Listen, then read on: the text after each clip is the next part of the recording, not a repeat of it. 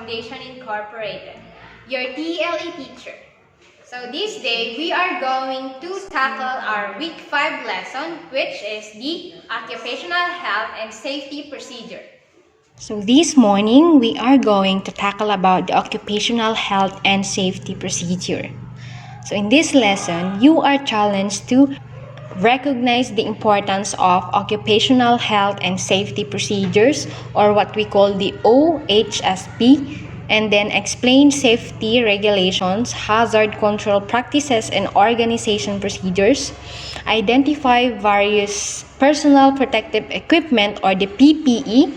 Determine the types of hazards and risks in the workplace, and also evaluate and control hazard and risks in the workplace.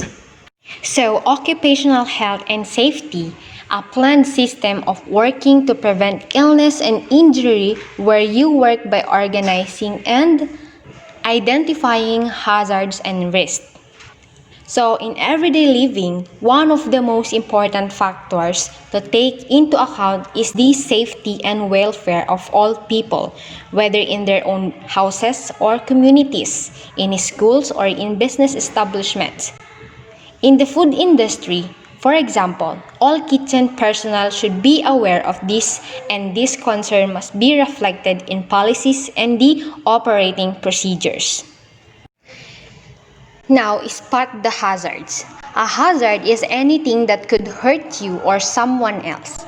A hazards are things or situations that pose danger or threat to human and non-human resources, including the environment, psychological dimension, and system. Hazard can be reduced or eliminated if every worker or personnel is aware of the types of hazard and how they can be addressed properly. Here we have the 5 types of hazards. We have the human condition, the physical hazards, the chemical hazards, the biological hazard, and the radiation hazards. The human conditions, this refers to stress, violence, fatigue, carelessness, negligence for personal hygiene, and inability to use proper tools and equipment in the workplace. While physical hazards, these include noise, heat, cold, vibration, lighting, ventilation, fire, machines, and the presence of foreign objects in the workplace that hinder workflow or cause accidents. Chemical hazards. This type of hazard refers to the presence of unwanted or the improper use of chemicals such as pesticides, laundry detergents, kitchen and toilet cleaners, insecticides, and repellents that can cause injuries to human, property, and the environment. We have also here the biological hazard.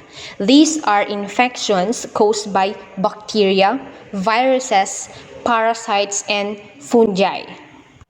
And the last one is the radiation hazards. This type of hazard occurs when there is contact with radio waves or microwaves, ultraviolet rays, infrared lights, and X-rays. So, you should assess the risk. It means working out how likely it is that a hazard will harm someone and how serious the harm could be. And sometimes, make the chances. So for example, you can pick up things from the floor and put them away to eliminate a hazard. In common hazards, a hazard is a situation in the workplace that has the potential to harm the health and safety of people or to damage plant and equipment. So you should bear in mind, though, that even if safety practices are in place, injuries and accidents can still occur in workplace. This includes allergic reaction, dislocation and fracture of bones, punctures or cuts, sprains and strains, burns, poisoning, and shock. Here we have the first common hazard, which is the physical hazards. One of the most common physical hazards. These include noise, heat, cold, vibration, lighting, ventilation, fire, machines, and the presence of foreign objects in the workplace that hinder workflow or cause accidents. So in here, mechanical hazards. When working on electronic equipment, always be alert. Chemical hazards. Always read the warning and instructions on the label. Danger toxic hazard or chemical hazard is a type of hazard refers to the presence of unwanted or the improper use of chemicals. So we have here the safety guidance. First, protect people from injury. Second, protect equipment from damage. Third, protect the environment from danger. So, in case a disaster or calamity strikes while you are in workplace, here are tips for disaster preparedness. First, be emotional prepared to heighten your spirit. Second, try not to panic. Listen to a battery-powered or transistor radio or emergency officer and follow evacuation instruction. Gather reasonable supplies and friends and leave the workplace if instructed to evacuate immediately. Leave the workplace as fast as possible in a calculated manner to avoid being trapped in cases of severe weather condition. And follow recommendation evacuation routes. Do not shortcuts for they may be blocked. Let others know where you are going. Workplace hazard. It is a hazard that can be experienced inside the workplace. Chemical hazards, a type of hazard that involves dangerous chemicals.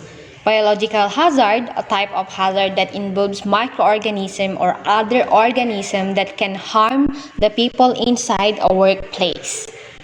Environmental law. It is a part of occupational health and safety that involves the protection of the environment. Its purpose is to reduce or minimize the impacts of human activities on the environment. So in addition with this lecture, governing laws, regulations, rules, and guidelines must also be observed in business in the interest of consumer protection. Ensuring the Filipinos' safety and welfare is part of the responsibilities of the government too. Thus, for its part, it creates and enforces various laws, policies, and guidelines to help to ensure the people's safety and welfare. The complete information of today's lesson is available in our LMS, Messenger, and Google platforms. Remember to send me your exit responses on our chat room following the given patterns. 3 things you learned today, 2 things you found interesting with this lecture, and 1 question you still have on your mind regarding this lesson.